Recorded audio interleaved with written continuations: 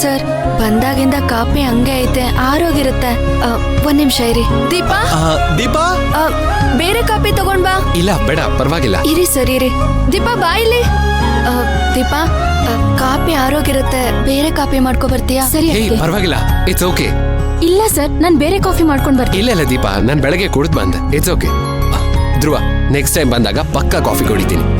ಈಗ breakfast time ಆಯ್ತು, ನಾನ್ ಮನೆಗೆ ಹೋಗ್ತೀನಿ. ಸರ್ ಇಲ್ಲೇ ಬ್ರೇಕ್ಫಾಸ್ಟ್ ಮಾಡ್ಕೊಂಡು ಹೋಗಿ. ಧ್ರುವ ಅದು ಮಾಡಿ ಸರ್, ಅಣ್ಣ ಅದಕ್ಕೆಗೋಸ್ಕರ ಸ್ಪೆಷಲ್ ಆಗಿ ಮಾಡಿದಾನೆ. ವಾಟ್? ಧ್ರುವ ಬ್ರೇಕ್ಫಾಸ್ಟ್ ಮಾಡಿದಾನ? ನೀನು ಕುಕಿಂಗ್ ಬರುತ್ತಾ ಧ್ರುವ? ಬರುತ್ತೆ ಸರ್, ಅಂದ್ರೆ ನೀವು ಮದ್ವೆ ಆಗ್ ನೋಡಿ, ನೀವು ಎಲ್ಲ ಕಲಿತೀರ. ಆದ್ರೂ ಧ್ರುವ, ನೀನ್ ಮಾಡಿರೋ ಅಡ್ಗೆ ತುಂಬಾ ಮೀಟಿಂಗ್ಗಳಿದೆ, ಸುಮ್ನೆ. ಸರ್ ಇಲ್ಲ ಸರ್, ಆರೋಗ್ಯಕ್ಕೆ ಏನು ಸಮಸ್ಯೆ ಇಲ್ಲ, ಅಷ್ಟಂತೂ ನಂಬಿಕೆ ಕೊಡ್ತೀನಿ. ಅವ್ರೆ ಯಾಕೆ ಹೀಗೆ ಮಾತಾಡ್ತಾ ಇದ್ದೀರಾ? ನಾನ್ ಚೆನ್ನಾಗ್ ಮಾಡಿಲ್ವಾ ತಿಂಡಿ? ಸರ್ ತುಂಬಾ ಚೆನ್ನಾಗಿ ಮಾಡಿದ್ದಾರೆ, ನೀವು ತಿಂಡಿ ಮಾಡ್ಕೊಂಡೇ ಹೋಗ್ಬೇಕು. ಸರಿ, ಟ್ರೈ ಮಾಡಿ ನೋಡ್ತೀನಿ. ಹ್ಯಾಂಡ್ ವಾಶ್ ಇಲ್ಲಿ? ಬನ್ನಿ ಸರ್, ನಾನ್ ತೋರಿಸ್ತೀನಿ.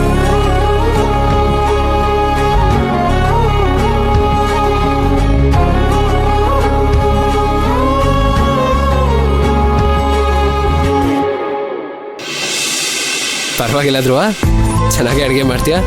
ಎಲ್ಲಿ ಕಲ್ತೆ? ಹಾಗೆ ಕಲ್ತ್ಕೊಂಡೆ ಸರ್. ಹೇ ಮೈನಾ, ಕೂತ್ಕೋ ನೀನು. ಪರವಾಗಿಲ್ಲ ಕೂತ್ಕೋ ನೀನು.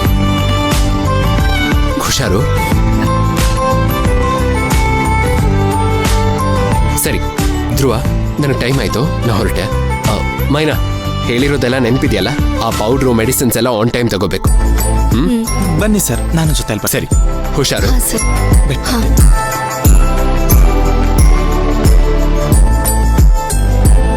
ನೋಡು ಧ್ರುವ, ನಾನು ಮತ್ತೊಮ್ಮೆ ಹೇಳ್ತಾ ಇದ್ದೀನಿ, ನೀನು ಯಾವುದೇ ಕಾರಣಕ್ಕೂ ಆಫೀಸ್ ಕೆಲಸದ ಟೆನ್ಷನ್ ತಗೋಬೇಡ. ಆರ್ಡರ್ಸ್ ಎಲ್ಲ ಏನೇ ಇದ್ರೂ ಮನೆಯಿಂದನೇ ಹ್ಯಾಂಡಲ್ ಮಾಡು.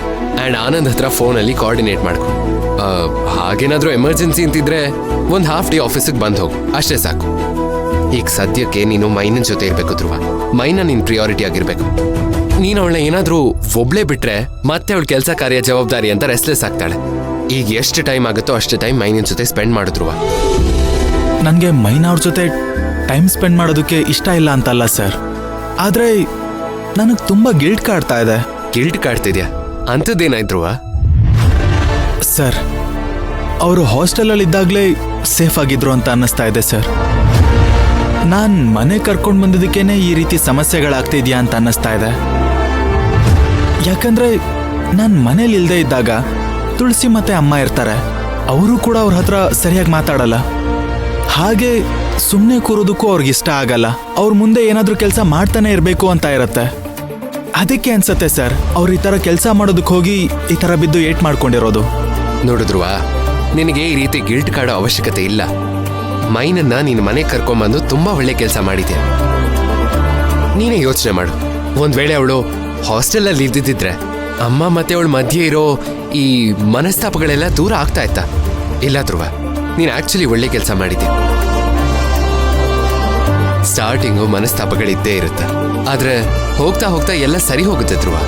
ಅಮ್ಮ ಮೈನನ್ನ ಒಪ್ಕೋತಾರೆ ಸರ್, ಆದ್ರೆ ಆ ತುಳಸಿ ಇದ್ದಾಳಲ್ಲ, ಅವಳು ಯಾವಾಗ್ಲೂ ಅಮ್ಮನ ಮನ್ಸನ್ನ ಕೆಡಿಸ್ತಾನೆ ಇರ್ತಾಳೆ. ಏನ್ ಮಾಡೋದು ಅಂತ ಗೊತ್ತಾಗ್ತಿಲ್ಲ ಸರ್. ನೀನು ತುಳಸಿ ವಿಚಾರದಲ್ಲಿ ಸ್ವಲ್ಪ ಗಮನ ಹರಿಸ್ಬೇಕು ಧ್ರುವ. ಅವಳಿಗೆ ಸ್ವಲ್ಪ ಬುದ್ಧಿ ಹೇಳು, ಯಾಕೆ ಹೀಗೆಲ್ಲ ಮಾಡ್ತಿದ್ದಾಳೆ. ಅಂಡ್ ಇದೆಲ್ಲದ್ರ ನಡುವೆ ಮೈನನ್ ಹೆಲ್ತ್ ಬಗ್ಗೆ ನೀನ್ ಯೋಚನೆ ಮಾಡ್ಬೇಕು ಧ್ರುವ. ಅದನ್ನ ಮಿಸ್ ಮಾಡಬೇಡ. ಮೈನಾ ಮತ್ತೆ ಮಗು ಚೆನ್ನಾಗಿರ್ಬೇಕು, ಅವರಿಬ್ರು ಹೆಲ್ತಿ ಆಗಿರ್ಬೇಕು ಧ್ರುವ. ಹೌದು ಸರ್, ಖಂಡಿತ ನಾನು ಮಗು ವಿಚಾರದಲ್ಲಿ ನಾನು ನೆಗ್ಲೆಕ್ಟ್ ಮಾಡಲ್ಲ. ಯಾಕಂದ್ರೆ ಮೈನವ್ರು ಯಾವತ್ ನನ್ನವರಾದ್ರೋ ಅವತ್ತಿಂದ ಆ ಮಗು ಕೂಡ ನಂದೆ. ಗುಡ್ ಧ್ರುವ. ನಿನಗೇನೇ ಹೆಲ್ಪ್ ಬೇಕಿದ್ರು ಮುಜ್ಗರ ಇಲ್ಲದೆ ನನ್ನ ಹತ್ರ ಕೇಳು, ಸರಿನಾ? Yes sir. ಸರಿ, ನಾನು ಹೊರಡ್ತೀನಿ ಧ್ರುವ. ಓಕೆ ಸರ್, ಹುಷಾರು. Bye sir.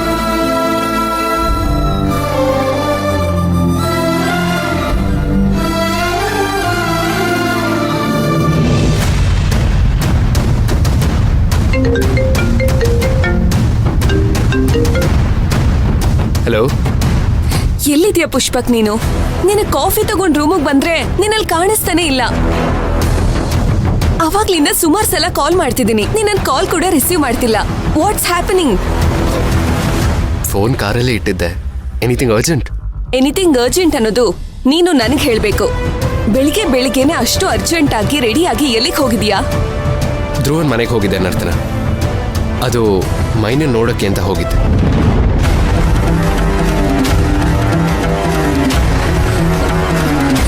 ಏನು ಮೈನನ್ ನೋಡಕ್ ಹೋಗಿದ್ಯಾ? ಹೌದು, ನೋಡಾಯ್ತು. ಈಗ ವಾಪಸ್ ಬರ್ತಾ ಇದ್ದೀನಿ. ನೋಡು ಪುಷ್ಪಕ್, ಮೈನಾಗೆ ಹುಷಾರಿಲ್ಲ ಅಂತ ನನಗೂ ಗೊತ್ತು. ಹಾಗಂತ ಹೀಗೆ ಯಾವಾಗಂದ್ರೆ ಅವಾಗ ನೋಡಕ್ ಹೋಗೋದು ನನಗೆ ಯಾಕೋ ಸರಿ ಕಾಣಿಸ್ತಿಲ್ಲ. ಹೌದು, ಅಂತ ಅರ್ಜೆಂಟ್ ಏನಿತ್ತು?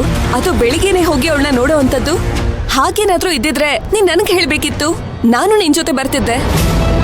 ನೋಡು ನರ್ತನ, ನಿನಗೂ ಮೈನ ನೋಡ್ಬೇಕು ಅನ್ಸಿದ್ರೆ ನೀನು ಹೋಗು, ನನಗೆ ವೆಯ್ಟ್ ಮಾಡಕ್ ಹೋಗ್ಬೇಡ. ಅವಳ ಮಗು ಹಾರ್ಟ್ ಬೀಟ್ ಕೇಳಿಸ್ಕೊಂಡಾಗಿದ್ದ ನನ್ನ ಮನ್ಸು ಯಾಕೋ ಸರಿ ಇಲ್ಲ ನರ್ತನ. ಸರಿ ಇಲ್ಲ ಅಂದ್ರೆ ಸಮಸ್ಯೆ ಅಲ್ಲ,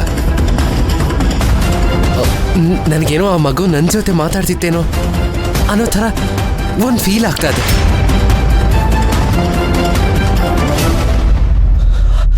ಆ ಸೌಂಡು ನನ್ನ ಮನಸ್ಸನ್ನ ತುಂಬ ಡಿಸ್ಟರ್ಬ್ ಮಾಡ್ತಿದೆ ನರ್ತನ. ಅದರಿಂದ ಹೊರಗಡೆ ಬರಬೇಕು ಅಂತ ನಾನು ತುಂಬ ಟ್ರೈ ಮಾಡ್ತಿದ್ದೀನಿ.